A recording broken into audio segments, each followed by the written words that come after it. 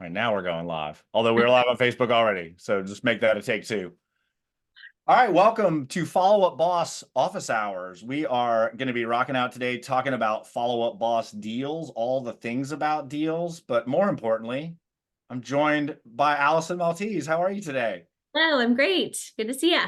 Good to see you. I'm excited to dig into deals, and it's been a while, I think, if ever, that we've done an office hours on deals. So really excited to cover the core stuff and then some cool tips and tricks that people can do. But at a high level, Allison, what are deals in Follow Boss and when and where might one use deals? Yeah, great question. Deals are your transaction management area of Follow Up Boss.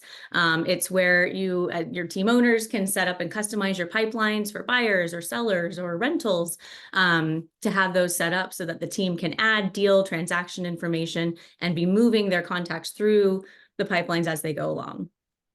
Awesome. That's great. And obviously, we're going to share a screen in a second, but it's kind of that Kanban Trello style, move cards into different categories as things progress. A lot of cool things you can do with them. But yeah, ultimately, just a great way to track lead conversion. If you want to track things like appointment met to appointment set, those can all be done in a custom way. If you want to keep it really simple and just say signed agreement, under contract, closed, you can do that too. And we're going to show you how to do all of that today. Allison, real quick too, I know we kind of always do this, but explain quickly your role at Follow Up Boss and what you do, and then we'll dive into the screen share. Yeah, absolutely. I am a customer success manager at Follow Up Boss. I have been with this wonderful company for 2.5 years, three this October, which is wild. So yes, I'm a success manager working with onboarding new teams and then post onboarding strategy and training. So it's been a great ride. Awesome. Love that. So yeah, let's dive right in and take a quick look at deals. Um, we can take a high level look at things and then we'll dig a little more into when and where you might use them. We've got some examples here, but certainly some more to share. So do you want to kind of just run us down maybe some of the terminology involved in some of this would be a good start? Yeah, that's a great idea. So, few things to note in the deals area. And I want to point out that there are two places that a deal can be added. So, I'll show you that. But we're going to start in this deal tab here. So, everybody on your team has the deal tab. Again, we'll talk more about who can customize and how. But in terms of terminology, we've got our deal tab here. And then you'll see in your accounts right now, you may just see buyer and seller. These are our standard pipelines. They're going to be here for you. We say pipeline, right, to denote again, your buyer pipeline, your seller pipeline, these are all going to be different, based on those processes. You can, again, add additional ones as needed, like recruiting, rentals, if that's necessary for your business. So we call these pipelines, when we narrow it down further, each of these columns, we call a deal stage. So this is, again, agreement signed, under contract. What stage are they in the process? We kind of waffle on what we call these. I call them deal cards. So these pieces with all of that deal information, the cards, if you will, are what we can drag and drop around in our different stages to move them through the process. So you've got your pipelines, your stages, your deal cards. And that's just kind of the word that I use. So the cards are what you're adding to each stage, of course, to give information about the transaction and, very importantly, attach it to a contact profile. And that's the other place that you're going to see your deals and you can edit from, just real quickly, is in a profile itself. So here's Charlie. If we scroll right here, you can see the deals there. You can edit them from there as well. So I just want to point that out. But we are mostly going to be showing you what's in this deal area here. I also like to call this a whiteboard. Kind of, what did you say, like Trello board kind of, but I call it a whiteboard. Imagine you've got magic markers, you're on your whiteboard, and you're kind of moving stuff around like you were Yeah, on that. absolutely. Love that. And by the way, I know we probably always say this, this is also a demo account. Yes. So we're not saying these are the recommended stages. This is years of all of us kind of poking around and changing stuff. But that said, to that point, the deal stages that you want to measure. I mean, some people get crazy with these and literally have every single, some people even try to use it a little more for conversion. In my opinion, smart lists and contacts and all those things are much more conversion.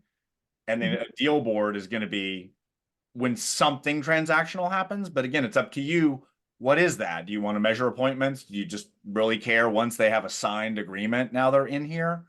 You can also edit the colors a little bit, which is kind of cool. I kind of have a color flow in my own mind. And yeah, so and to be fair, I did a bad job of putting this in my notes. I believe only owners can modify, I think, pipelines and stages, if I'm not mistaken, right? Yeah, that's correct, Lee. So just in the owner account is where you will have this little gear icon to be able to add pipelines. And then within the pipelines, you'll have, everyone will see like the standard, that we have. But if you want to edit the stage names, if you want to change the colors, that is just happening in that owner account. The reason being, it's going to go across the board. Any changes you make will go across the board for the whole team. And a lot of teams make it a team decision. How do we want to set this up? Let's have a meeting about it so that we can all chat about what makes the most sense for all of us. Which I'm glad you said that. I also highly recommend that for adoption as well. Because when people get their input on, hey, I really would like to have a stage to help measure, how many, deals fell apart, like whatever that is. Right. You can have multiple fell apart. You can have lost, or you can have terminated. You can really do whatever you want. Just bear in mind, it does get a little more difficult to use as you get really, if it gets too long. Yeah. But we'll dig into reporting and some of that stuff in a little bit too, in ways to kind of aggregate more of the information. I also want to cover real quick. I've seen a lot of cool and played around with a lot of cool uses for this. Obviously, we have the recruiting example there. I think recruiting is a wonderful use of a deal board, but probably the same thing. More of, if you want to use it, I think this is one of our kind of standard setups. If you want to use it to put potential people, if you're doing that. But again, kind of the transactional idea that maybe you have a pond for recruiting and you're reaching out to people, but when they want to talk to you, they hit the board and move through the process, where we need to follow up with them. We need to nurture them. We need to follow up. They've signed on, they're onboarded. Any of those things. Rentals are great. I can't believe I don't have this in here. Maybe we'll build one just to show it. This is amazing to track referrals in or out, and maybe separate boards for in or out, because it could be confusing to have them on the same one. Or maybe you want a stage. But yeah, let's go ahead and build that. Yeah. So again, in the owner account, you've got your little gear icon here and add pipeline. So referrals in, right? Yep. Yeah.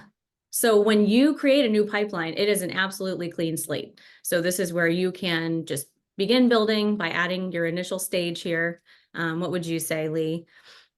Let's see. For referral in, I would just maybe just like referral received, because they're not under contract or anything probably yet. It's just like, hey, we got this person. And the more I think about it, to be fair, we're going to stick with this example, but the more I think about it, referral in would probably, well, you would maybe want to track it here, but you would probably, it's going to end up on your buyer or seller board potentially. So I just want to acknowledge I didn't totally think that through before I gave that example, but we're going to run with it. So yeah, I'd say referral received. We're running into a little, oh, there we go. I don't know why. What's funky? Here's a funky thing, guys. I don't know if I was trying to change the color of it, but it would only stick for me when I picked the yellow color, that first color. So I don't know, maybe with the color coding, you have to go through that color list first, but I don't know if you noticed I had tried it a few times and it wasn't working. So I guess just stick with their, the order of the colors. We'll see what the next one does. Yeah. But I think you may be right, because there weren't others, there weren't any others to do that. I was just trying to be creative.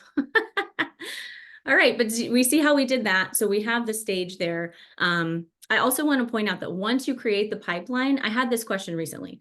Somebody was saying, well, I created a pipeline, but when I go to the contact profile and add the deal, I'm not seeing it here, because when you go to add a deal from a profile, which again, you can do, you've got your pipelines here. They weren't seeing the new pipeline there. And I took a look, and the reason is because they didn't have a deal stage in it yet. The pipeline was still totally empty. So when you're creating one and you're looking, you've got to have a stage, because you've got to have a place to put that deal. Right. So that was just a quick little funky thing that I noticed. Yeah, so that's a great mention though. Yeah, build the pipeline, go ahead and at least get a stage or two in so that everything shows up. Yeah. So, to kind of stick with this example, you would have, say, a referral received, which means, hey, let's not forget these people there. We need to do things. Or maybe you want to have like a referral agreement signed, which I would hope you would probably have before you got the referral. But again, roll with my example here. See if we can pick a different color this time. All right, can I pick purple? We got Okay, that maybe purple. you just have to, Or we got nothing. right? Weird, but That's maybe just wild. different Oh color. yeah, good call, Bill. It could be a browser thing, or like Yeah, it your seems, browser wants to update. We'll yeah, just it seems like it's acting funky. maybe So if it's yellow, it'll work. Maybe it only likes yellow today. yeah, I don't know what's going on here, Can you guys. refresh and see? I mean, I'm not stressed about it. Well, at Just least we got one in. yeah, we got one. It's just, it's just the point of how to create it and how to do that. But again, just great things to track. Yeah, Bill, that's a good call too. Pop up. There's all kinds of Who knows? things. So, of course, on a live webinar, it's not going to work I fine. typically never have these We'll issues. hang this up and click it and it'll work. Plus, it just works. So, but I want to tackle a question. I think that's probably enough just to show like you can create a new one, additional ones you want. Let's show the close thing real quick. And then I want to tackle Kevin's question. He had a great question here. Yeah, close thing is important. So let's just go here where we have, so you might think, okay, I have a close stage and I have a close date in my deal card, right? That's enough. Why isn't it showing up on my reporting? So see this red closed here? So important because that is actually where you're denoting which stage you want to report on. So it doesn't matter what the stage is titled. See where so what I've done is I've edited the stage here. See where it says mark deals in this stage as closed for reporting? That's how you're going to mark it with that red closed. If you want to switch it around, there are some times when people might say, okay, I want to, maybe they create a stage for closed 2023 and you want a quick report on that. You can move this by deselecting it here and then moving it. I'm just for an example's sake, editing the next stage and selecting it there. I've seen lots of people do really interesting things with this. Like some people do want to have a, like you said, a column or a deal stage for a certain year or a certain thing, just based on how they want to either see some reporting or whatever. But bear in mind, if you want to have a closed one for each year, you cannot mark multiples as closed. So kind of the strategy, but that beautifully, and something you just said, Allison, too, really tees up Kevin's question, which is, are there benefits or drawbacks to having multiples? Is it better to have one? The short answer is it's really up to however you want to run your business and how you want to see your reporting. You can certainly have them all on one. You can certainly have different, a buyer under contract or a seller under contract in one board. By default, it is set up with buyers and sellers on separate boards, which does, to Kevin's point, have some pluses and minuses. Yes. When you're in the reporting, which we're going to get to in a little bit, you have to toggle through a specific pipeline. So if you do have a separate buyers and sellers board, you do have to toggle through to see that data. You can't just say, show me all my buyers and sellers. I would say personally at a high level, I do think having separate boards is better, or separate pipelines, I'll use the right words here, are a little better just for this reason: buyers, sellers, rentals, recruiting, referrals, agents, onboarding, like whatever the things you want to use this type of thing for. But the other thing is you probably want to figure out what you want and leave it so you can get more historical data over time that's going to be congruent, instead of like, oh, in 04 I had them here, and in 05 I moved it to this sort of thing. Yes, for organization's sake, I say keep, your pipeline separate. I've seen people do, like you said, Lee, the whole thing all the way across, which again does give you a full-on report, but we'll talk about different ways to get around that. But if you want to see buyer closed for last year and you want to move them all to a closed 2023 column and have your closed folder, or excuse me, column be 24, you can do that. Some people like to see that retroactive data in the pipeline. But yeah, I would keep it to buyers closed, sellers closed. Yeah. And some people I've seen people that have separate stages, or I'm sorry, a separate pipeline for the year. Right. You could do that too. And that works too. Bear in mind, I think the biggest deciding factor is that you only get one stage that's closed for reporting. Yes. So that would be logical then to potentially have a 2024 board or a 2024 buyers board, because you could have that as closed for reporting to hit all your 2024 people. And then in 2025, you can see that. So unfortunately, there's no one answer, but the beauty is you can make it how you want it to be. You just kind of got to figure out how you want it to be. Quick thing I just thought of when you said that. So one thing about deals being in one pipeline and then wanting to move them to another, they don't just drag and drop like this. So if you did create a separate pipeline and maybe wanted to move these closed deals into it, that you could do it from the profile, but you can't do it from the deal area. Because remember, in the profile, you can edit the deal and the pipeline. So we can pop in here and switch it here, but you can't do that in the actual deal area. So just a quick thing to note there. Yeah. And if the pipelines aren't the same, or if the stages aren't the same in the pipeline that you change, then obviously that can get a little hairy, but all good stuff. I think we're good to, I know we covered a lot of stuff pretty quickly, but there's a lot of stuff to cover. Do you want to take a look at deal custom fields now, or would you rather come back to that? No, I think it's a good idea because we're still looking at this page. So let's chat about it. And to preface, everybody knows that going back to Charlie's profile here, we have profile custom fields. I call these profile specific, specific to the contact, right? Birthdays, close dates, right? Well, that's both, but you know what I mean? We've got our custom fields here. You can create deal specific custom fields that show up in the deal cards if it's helpful for you. Again, this is something in the owner account that can only be done in the owner account. But when you do, here's great examples: lockbox number, appraisal due date, inspector name, really specific to the transaction so that you can get that information there and see it and have the team fill it out in their deal cards, right? Couple of things to note. So like a custom field, date field, if you create a date field in the deal custom fields, that can trigger an action plan. A deal custom field date, just like in your profile custom fields, it can trigger an action plan.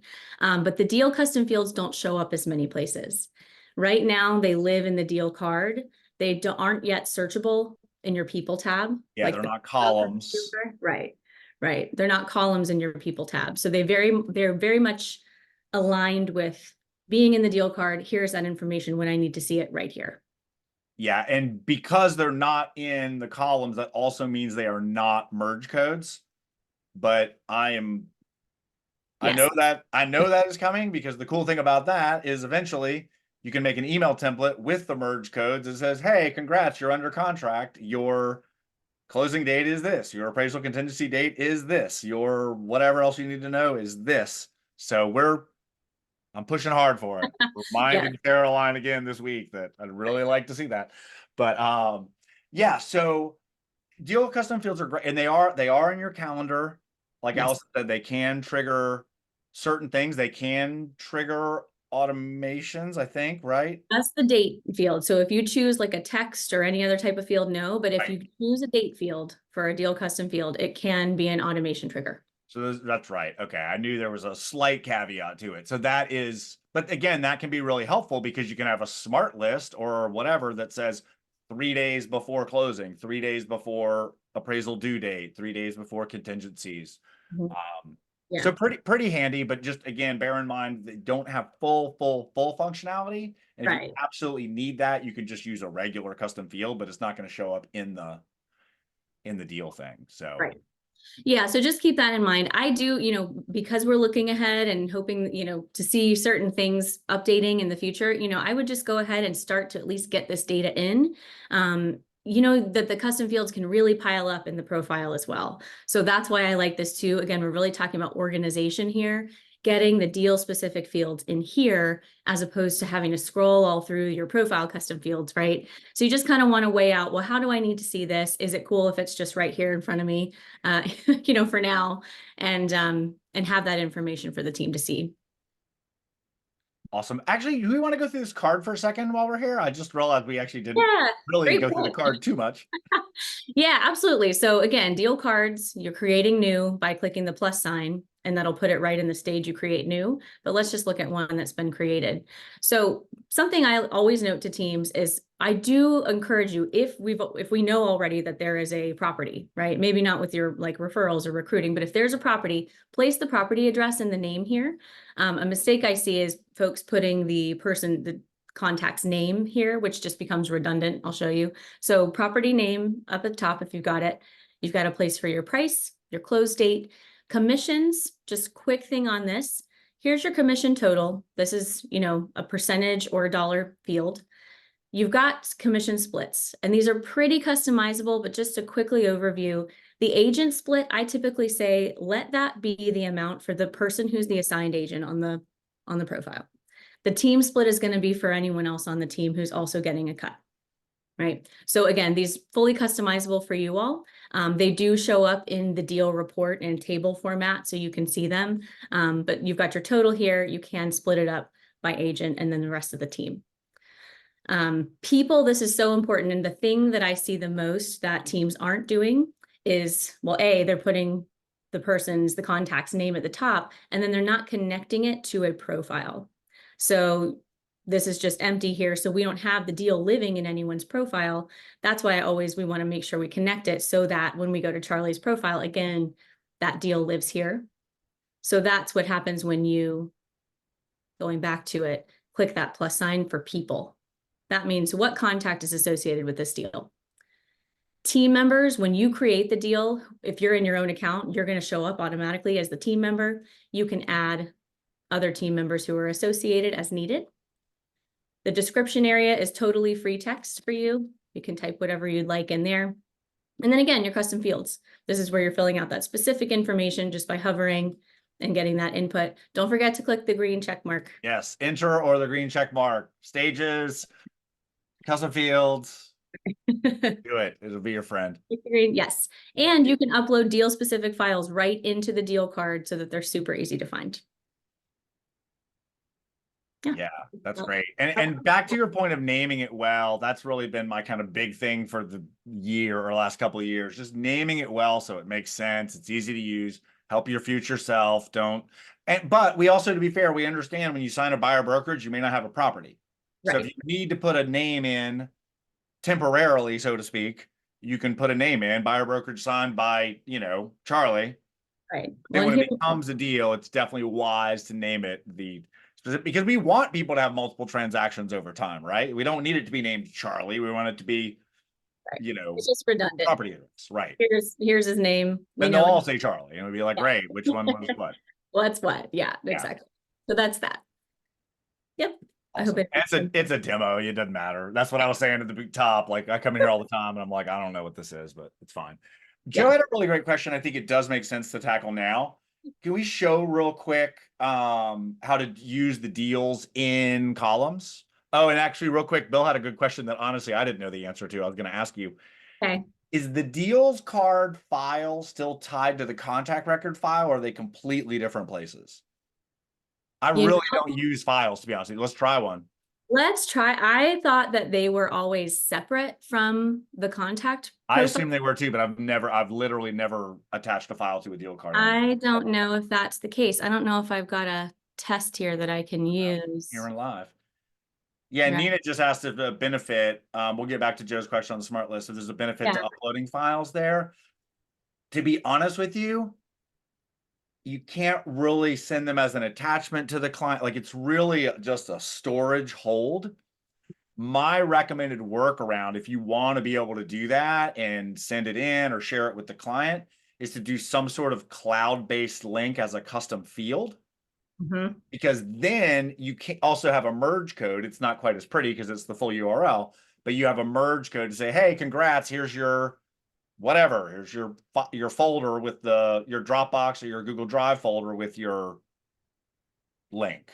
Yeah, that's a good point. I would say the files in the deal card and, in your files area and the profile you're right. It's a holder so that you don't have to go searching through your computer to look for stuff that's associated with the transaction. We want it to be all in one place. But yeah, in terms of sharing, you're right. I like the idea. And that would need to be a profile custom field so that you can merge it in to your emails and things like that.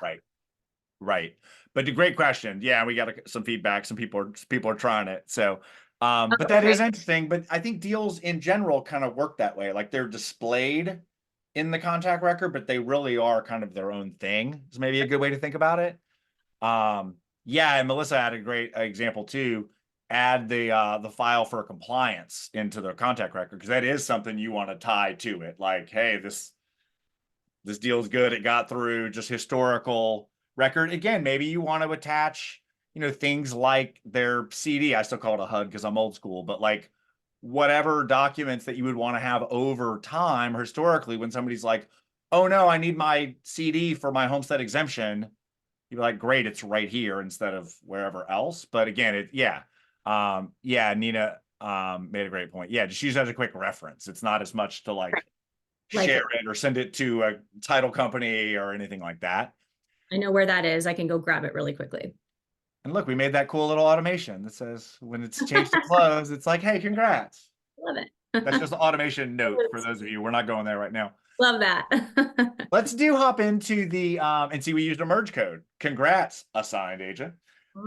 But yeah, let's hop into people and show how to add a column for deals. Yes. It's pretty cool because you can do it. You can do it in any column. You can filter by doesn't have a deal or does have a deal or is in this stage or in this pipeline.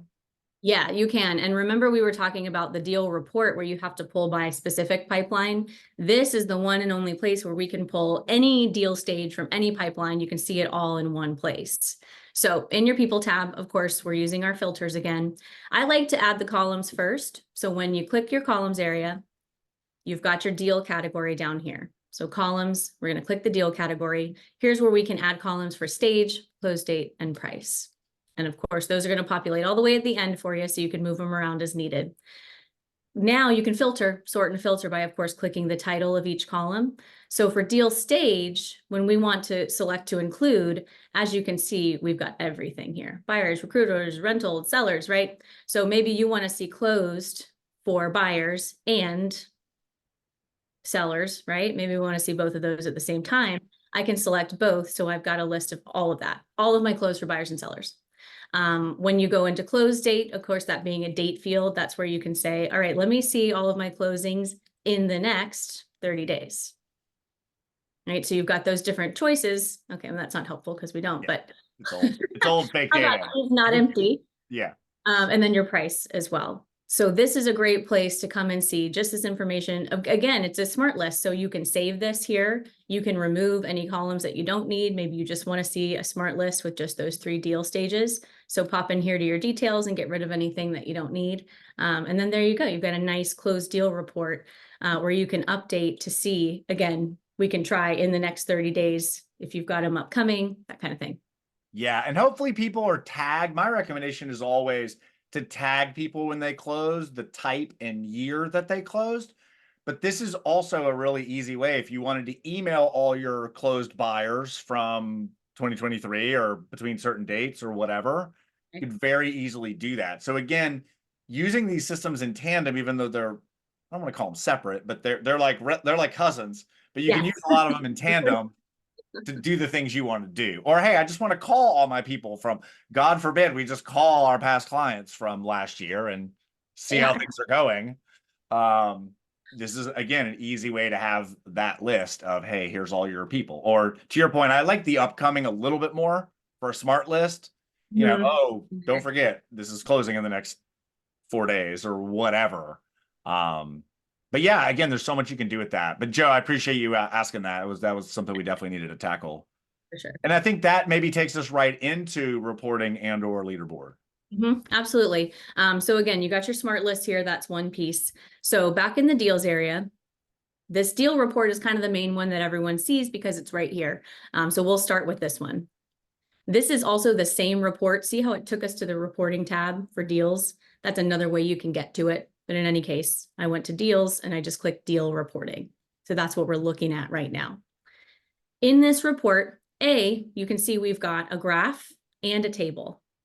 I like a table. I like a spreadsheet. These are exportable. So if you click here, you can export this information. Here is where, you're going to want to pay attention to your drop downs. This is where we got to pull our specific pipelines. And as we were talking about before, what do we want to see? You know, is this report important for us to be able to pull one pipeline and see everything? That's how you want to kind of decide how to organize your deals in the pipelines. But in any case, you're going to choose your pipeline here. Oh, we didn't talk about current and archived. I know, I thought about that, and it's changed a little bit in the last couple of years, but yeah, I'll quickly, essentially, just let me jump back real quick. These are your current deals, right? We have that up here in the deals area. You can archive them, which just puts them sort of on a back page. And to archive a deal, you're just hovering over it and it sends it to sort of, I don't know if you watch Stranger Things, it's sort of like the upside down of your deals area, right? It's just a place to get them off of your main current page. yeah. And it does now, correct me if I'm wrong, Allison, it does now still display in the contact record if it's archived. That was the big, the big snafu before, was that if you archived it, which generally I recommended, you know, get them out of there if they're done or whatever, they still can show up in reporting if you select the right thing, but they used to disappear from the client record. Yeah, they're still there. Now they do not. They So stay. if you want to see if somebody had a deal with you before, but you want to be able to archive to keep your boards clean, if that's how you operate. We're just cleaning up the boards and we're putting them somewhere else. Yeah. So you'll want, that's what this all deals is. Do I want to see current and archived? Do I want to just see what's on my current page? Right. So that's, you'll want to, and you know, sometimes you're like, well, wait, where is this one? What's going on? Always just check your drop downs. There's always probably something funky up there that just needs to be updated. Yeah. And this is why we're going through all these pieces, because the idea is to show you how they all interact so you can make a smart decision around what's the best way to work it for you. Exactly. You can also, if you're an admin or owner, you'll be able to see specific team members if you want to just be looking at their info, or of course yourself or everyone. Right. So we have that pulled here. And then what's this one? I can't remember what this drop down is. Hold on. Either we can unblur if you want to. Hold on. I'll check it on my screen. I should know. Yeah, check it out in your source. Lead source. Okay, cool. Yeah. So then you can also filter by the source. If I just want to see my deals for my Zillow leads or something, you know, right? So you've got a graph. If you're a graph person here, this graph is going to show you all deals that have a close date listed, and then information that you pull here for the time frame. So this is like your closed deal graph, and you can play around with what you want to see, deals versus total price, right? So that's the graph piece. And again, down here you have a table. Couple of things to note here, you got some more information than just in your deal cards. What stage are they currently in and their status? When did they enter that stage, and how long have they been in the current stage that they're in? Time and stage, right? You've got close date. You can sort and filter on this here. So if you want to pull, you know, closing sort of like we did in the smart list, you can do that here. Time to close. So I believe this is based on when the contact was created. I'll have to triple check. I think it is too. I remember, because time and stage covers the stage, although it doesn't necessarily cover prior stages. I'm 99% sure as well that. Oh, I got it. From creation to. Between the creation date of the oldest contact attached to the deal and the close date. Okay. So their creation date to the close date. Price, commission, here's where you can see if you need a table of that commission and commission splits. This is helpful. I know a lot of teams like to export and pivot on that information. And then you've got your people. So who is it connected to, and your team members, lead source, all that info is there. I want to tackle that marketing lead source real quick too. I get so excited about that. It's one of the best places to find this. Yeah. That is actually like a secondary, more of like a UTM parameter or Facebook pixels type of thing. But, and again, this data is all, we've imported this data. None of it's real leads. I had Pixel installed for a moment, but it shows you a little more deep, like if they clicked on a certain pay-per-click campaign or a specific Facebook ad, or if you're using EUTM stuff, you can see that there. But it is a really good secondary, like, okay, great, this is from Facebook, but like what ad did they click on to come into our system? Or if you're running pay-per-click, which specific campaign and or keywords did they use to come in? So it's really valuable. And you can also backtrack all the other data in here. How many days from getting a new contact on Facebook through this ad does it take for them to get to be a deal or an appointment? And then how long until they close? Yeah, totally. So, really handy stuff. Jennifer had a great question, and I want to tackle it now just because we're in those columns. but asking about, more than one team member coming soon, and I wouldn't expect you to know the answer, Allison. But for commissions, ultimately having secondary, you know, agent, commission, separate split. Right now, it's just team and agent for those who aren't super familiar. I'd love to see it. I don't have a timeline or anything. I haven't heard. I don't know that that's in our roadmap yet either. I actually have a little list going of all the features we really need to see, and I'm going to add that one to it because I'm not sure Yeah. it's on. I tell you what, the commission, and maybe I'm just like, my sense of time is skewed, but I think that the commission in general is a newer thing for the deals. Yes. It hasn't been here for very long. So we're sort of just in the beginner stages. Like we got it added, it's here, but this isn't, it hasn't been something that's been sitting here a long time. It's pretty new addition to the deal cards. And the benefit of having it in that actual column is that it does feed to agent goals. It feeds to some other things. Because obviously the workaround could be a custom field, right? But it doesn't tally in the same ways. But if you really want to be able to do this sooner than later, have multiple splits or be a little more accurate, you still can't use decimals, unfortunately, but you could do a custom field, a deal custom field or a regular custom field with a slightly more of a breakdown. And if you really need it to somehow be in there, you could do a text field. It doesn't work the same way, but then you could add a note. You could say, $300 fee paid by agent out of their commission. Like if you really want to get super granular, or there's of course the description in the card.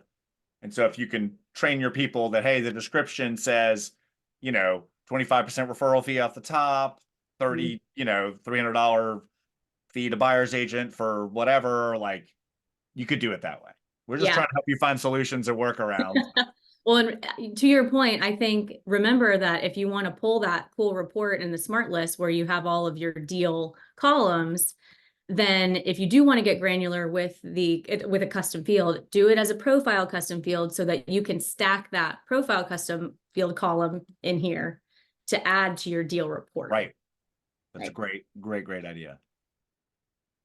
Cool. Awesome. All right. So I think we can hop to deals leaderboard real quick, which is basically similar to reporting. It is. So back in the reporting tab, you have your deal report we just looked at, and then the leaderboard here. That's the activity leaderboard. So I think it always defaults to that. So you'll have to click this drop down to get to the deals leaderboard, right? So the deals leaderboard, this is fun because you can cast it if you have a TV in the office. So this is going to show you your totals for closed deals within a certain time frame, right? So deals closed, the agent commission, your averages, and then number of closed deals. And this will kind of give you, it'll kind of show you your order of, who's got the most, etc. Let's see, can we pull like all time to get some, there we go. So you can kind of see what that looks like when we've got more information there.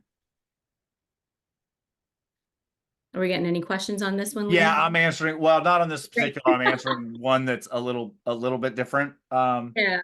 But yeah, no, this is great. And obviously it's pretty simple. And I think most people know leaderboard. I just realized a lot of people don't know there's that little drop down to change from the activity, calls, notes, all that to the deals leaderboard. Yes. And because I know it's coming, yes, other people can see other people's deals in the leaderboard. Typically, you only see the card if you are on it. Right. But no. And Jennifer, leaderboard is native, Follow Up Boss. Everybody has it. You should definitely see it under reporting leaderboard. Yep, you sure will. One kind of thing about this is like, what is a closed deal according to the leaderboard? I'm just like reading because it's a little funky here. So it has a close date. Any deal that has a close date that fits into this timeline. But there's a little thing to this. So if we're looking, I was just talking to a team about this. So if we're looking at this month, for example, just pretend this says this month. We're looking for this month. It is only, even though we're looking for close date of the whole month, that's not what this is showing. It's showing close date up until today, this month. So think about that, because what we're showing is current, currently closed or previously closed deals. If you got a close date coming up next week, it won't show here until that close date. So just a quick thing to note there. We do have a great help center guide on this that helps explain, kind of exactly what what I just said and answer some FAQs. So if you go into the Help Center and just search Deals Leaderboard, it's a great one to kind of help out with this.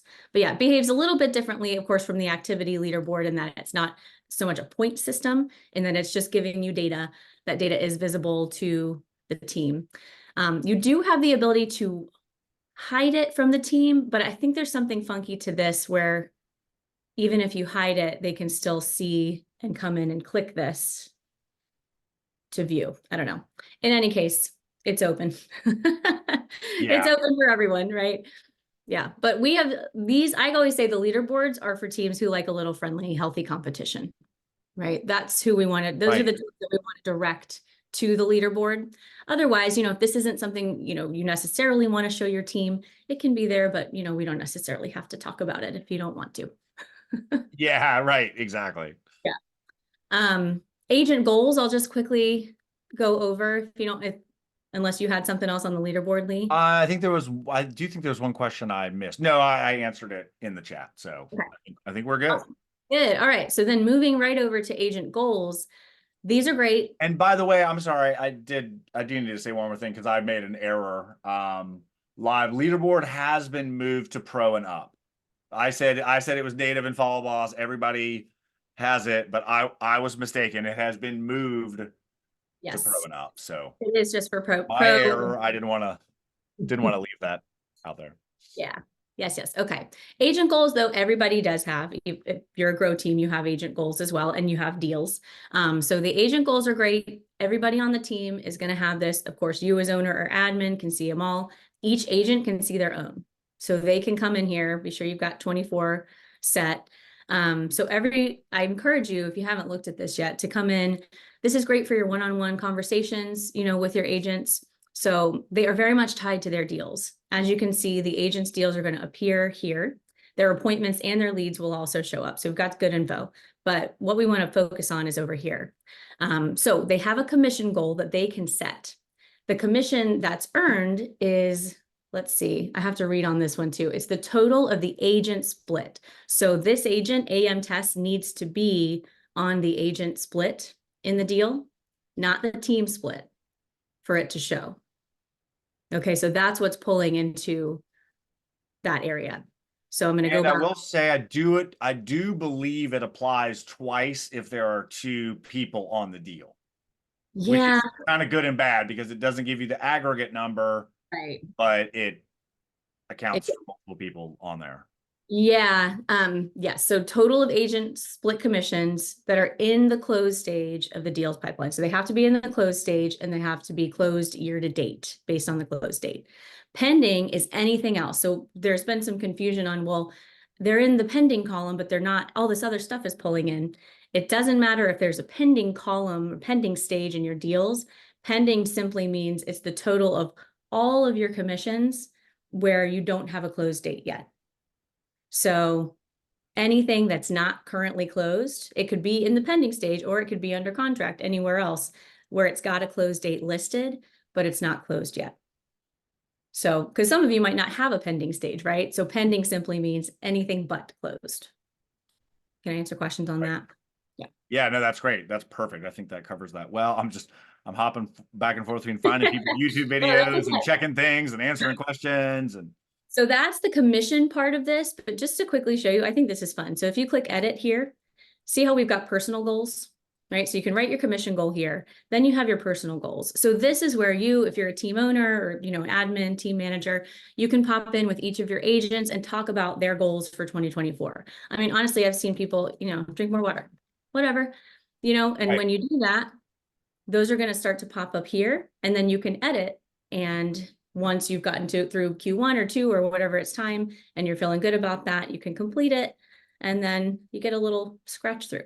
Good to go. I'm going to right. That's also really good for adoption, which I actually want to head kind of back to for a quick second, like getting people to put more things in here where they're more actively involved instead of just seeing the info. I always tell the story and I'll keep it short, but when I, ran operations for our team, we used to have, I'd have people do their goals every year. We just did it on paper back then in the old days, but they would put them down and they would give them to me and they don't even have a copy of it. And then we'd meet again for their next quarterly one-on-one, and they'd be like, wow, we're doing we forgot about this, but we're doing all these things. And I'm like, right, because you put it out into the universe and I'm going to hold you accountable to it. But again, having them put those in here. Something I do a lot, which I haven't mentioned yet on this session, is creating an email template internally that you can send out to people. So whether it's like, hey, it's the end of the month, be sure to check your goals or make sure things are in there, or check your unactioned leads, like whatever those things are. But that can be a really good use internally to have a set of internal email templates that are like, hey, it's the end of the quarter, don't forget to do this, or hey, go check that your appointment outcomes have been updated, or whatever that is. But again, a cool use case, and you can put merge codes in them. You can do all kinds of fun stuff. Yeah. And if you're working on accountability, you can also see who opens them if you send them as a Oh, that's a good one. just saying. I like that. Yeah. So at a high level too, I want to just talk about, we probably don't have to look at anything on this, just getting adoption. Like we talked earlier about, maybe doing it as a team effort. What do we want to measure? What are these? That certainly helps with adoption. Using the deals leaderboard helps with adoption, because people are like, wait, why do they have more deals than I do? It's like, well, you're not putting them in there, or you didn't put the price on it, or you didn't update it when you had a price change or whatever. But I think getting adoption of this really is, that you're looking at it and using it. Certainly if you're using smart lists or things like that to say, hey, you have a closing in 3 days or anything like that another motivation to get on there, because you want to be seen on there. You want to have people in your closings list. And then also, of course, if your strategies, you have a TC, are they a third party, or do they work for you full time? Are they in the office? Like all of those different things as a means to set it up. What I like to do with a lot of people is try to get really, really clear in writing on what we expect from the agent. If it's a TC, they probably have a lovely, crazy checklist system or another platform that does all the things. But for agents, a lot of times I try to come up with best practices. It's like, hey, when you go under contract, if you'll create the deal card with all the details, the TC can take it over from there. Or if you'll get it from buyer agreement to under contract, then the team takes over. So some of you might want to document in some of your trainings or handbooks or whatever. Who does what? What's your expectation as an agent when something happens? Will really help with adoption, instead of people just being, I don't know, I just put a deal in there because something happened, or because I remembered. That's Right. not the best way to be. So. And there's transparency too. I think for a lot of teams, it's helpful to know, okay, I know that my team manager owner can see all of my deals. They can see if we've got a deal closings in the next 30 days list, they can see if I do or don't have any of those. So that's always a helpful motivator too, just knowing that the system is transparent and that maybe they can only see their own stuff, but you as owner do have the ability to view this, that you're looking at it, you're paying attention, you're sending those emails, lighting a fire, if you will. Yeah, exactly. But I really do believe deeply in adoption for that. Just showing it. Hey, by the way, we can see this. We can see how many calls you make. People are like, Exactly. oh, calls. Like that's the super simple. Yeah. The super Yeah. So you're right. Like when you have the team work together to build that system, hey, let's build our pipeline out together. I want your input. That brings everybody in, and then they feel like, this is something, like you said, this is something that I have wanted and needed, and now I'm excited to use it because I've always wanted to be able to organize just my under contract people, and I didn't know how to do that before. Right. Exactly. Yeah, no, that's so great. So I think we've covered all the things in our list. I jumped us around a little bit, but we tackled all the things. If you guys have any mission critical questions, throw them to us in the Q&A or the chat. We'll hang out a second more, see if there are any, but great questions throughout. Love you guys asking great questions and throwing us some challenges and making us look up stuff or test it. But it changes. That's the thing. Like new features come, things change, things are added. So it's good, and appreciate you guys checking out these sessions and hanging out. Yeah, they're very nuanced. I will say that, so if you ever do have questions, check with your success manager if you have one, or our support team is always there to help you. Hey, is this supposed to behave this way? Also our help center guides, I'll show them if you want. Yeah, please. We should do that every time. Yeah, click your question mark and help center. I just like to type deals, see what comes up. So we've got so much here. Overview, right? So that's going to be everything. How to create deals. If you want to get granular, we were talking about automations for the deal dates, but you can also do an automation based on changing a deal stage. That's there for you. And then all of the different reports. So the leaderboard, the report that we were talking about. Also, if you type pipeline, a couple other cool things in here. A cool article on forecasting sales. So like a way to kind of show you best practices, how to use your database to close more listings. That's a fun one. Let me go back and type pipeline again. Just want to show you how can I add, edit, or delete my pipelines. So for your owners who are getting with your teams to do this, here's our how-to guide on getting those pipelines set up, adding the stages, all that stuff we were talking about in the beginning. So this doesn't say deal in the title. That's why I wanted to show you. You can look up deal or going back to that verbiage. That's smart. Let's also show Help Center back in the product, the unified search now. I don't know how many people totally know about that. Oh, that's right. Yes. So Okay. gosh, I forget it's there too. Plus, we can plug office hours a little bit in it. Right. So if you click the question mark here and so this searches across our entire knowledge base. So if we search deals here, we've got all sorts of stuff from our Help Center. It should be also from our YouTube channel, right? Facebook. We've got videos. So you can just continue on with your keyword search, and that's going to search everything we've got. Office hours as well. Quick tips here. That's from our YouTube channel. Yeah. Yeah, I love that. So it's pulling from anything and everything, whether it's YouTube or an article. I think that's the cool thing is you can always find, like, if you're a reader, you can find an article. If you I just want a 3-minute video on how to do this, find you a video. If you want to watch a 2-hour webinar on how to set all of it up, you're good. Yep. And again, with deals, talking about that verbiage, search deal and pipeline here, because pipeline is going to give you a lot of other information that doesn't, again, necessarily say deals when you're searching. So you can always you do me a favor? I just had a quick question. Actually, somebody asked about the reporting agent activity. So just like the regular reporting. Can you type it into that box and see what we get? Oh, into the Just experiment live, because I'm apparently one of those weirdos. tracking. Yeah. So we got hacks for tracking. Is this what you're looking for? Yeah, in general, I was just curious to see what actually came up. But if you don't mind, if you can show what you were showing real quick, the actual in product, the agent activity. Oh, somebody was asking for more info about that, and I'm looking for some online, but I was like, we're also right here and wrapping up. Oh, well, and Lee, you know what? We missed a deal report. There's so much to cover. So in your reporting in the agent activity area, I think a lot of people miss. So this is great because it's going to show you how many calls, emails, texts. Oh, the column? Oh, there's a deal drop down. This is a drop down for your agent activity. And we have this one. Which team member has the most closed deals? I have used all of those except for that one. Yeah. So, and I don't know, I might be going off course here. And I know that's great. That's fine. Let's look at it. No, it's part of the deals. Let's click on it. I mean, it probably just be all time to see anything, but right. So most closed deals. So you're choosing that. So here again, everyone just had a question on this today. Make sure we're choosing all leads. If you've got team members who are entering leads manually, it's going to default to web leads, which means they're coming in from your website, Facebook. Yep. Which means through lead flow is the official definition. If they're coming in through lead flow, they're web leads. If it's an import or a manual ad, it's an all. But you make a great point. You probably want all here. I usually recommend web in the deeper agent reporting, because I don't want somebody to have 1,000 leads because they just did an import. Yeah, good point. Again, know your deals report. So we want to see everybody who's got a deal, regardless of how they were added to the system. Yep.